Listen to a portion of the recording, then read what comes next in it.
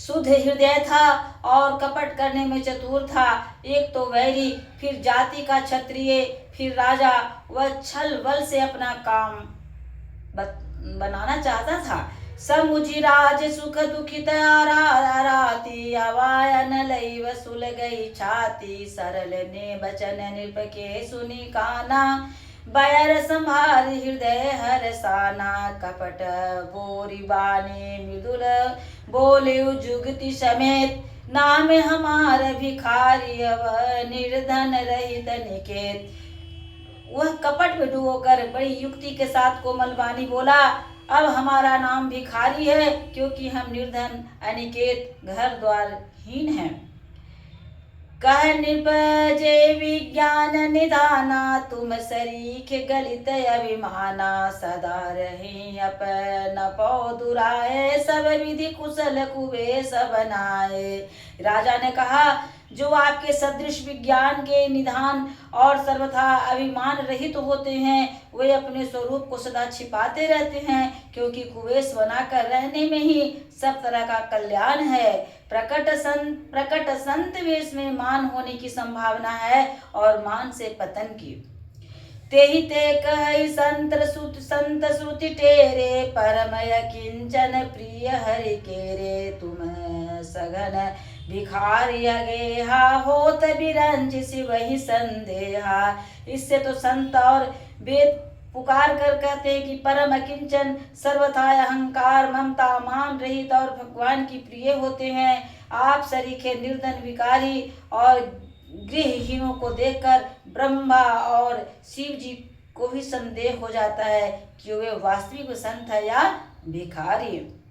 जो शिशोषि तव चरण नमामि, मोह पर कृपा करिए अब स्वामी। सहज प्रीति भूपति कह देखी, आप विषय विश्वास विसेखी।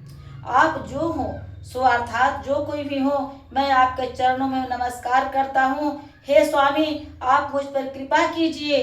अपने ऊपर राजा की स्वाभाविक प्रीति और अपने विषय में उसका अधिक विश्वास देखकर तब सब प्रकार राजई अपनाई। बोले अधिक स्नेह जनाई, सुनो सती भाव कहु मही पाला।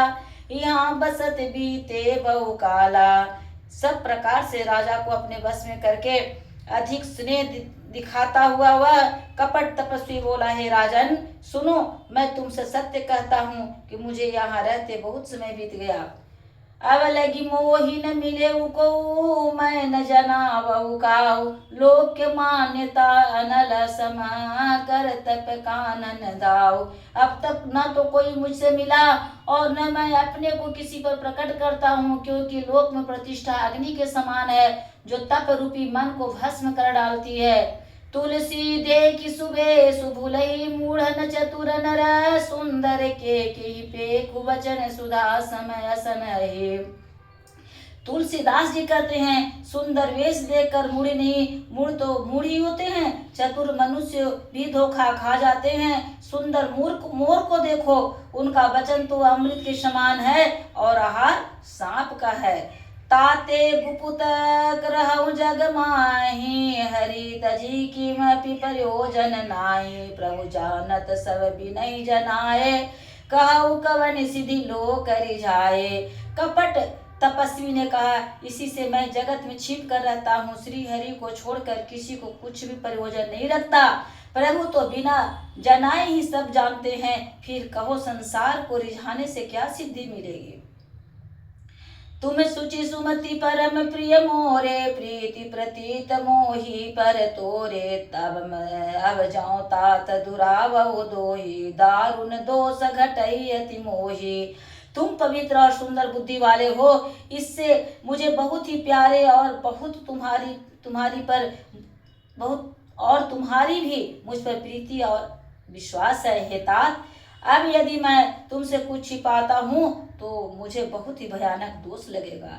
जिमि जिमि तप सुख थई उदासा, तिमि तिमि निपहि उपज विश्वासा। देखा स्ववस कर्म मन वानी, तब बोला तापस भग ध्यानी। ज्यों ज्यों वह तपस्वी उदासीनता की बात करता था, त्यों त्यों राजा को विश्वास उत्पन्न हो जाता था।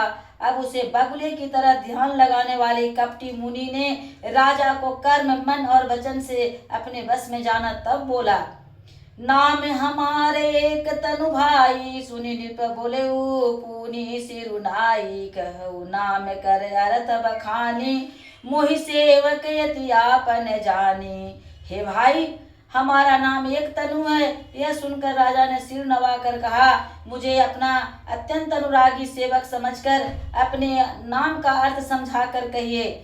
आदि सृष्टि उपजी जबई, तब उत्पत्ति भय मोर।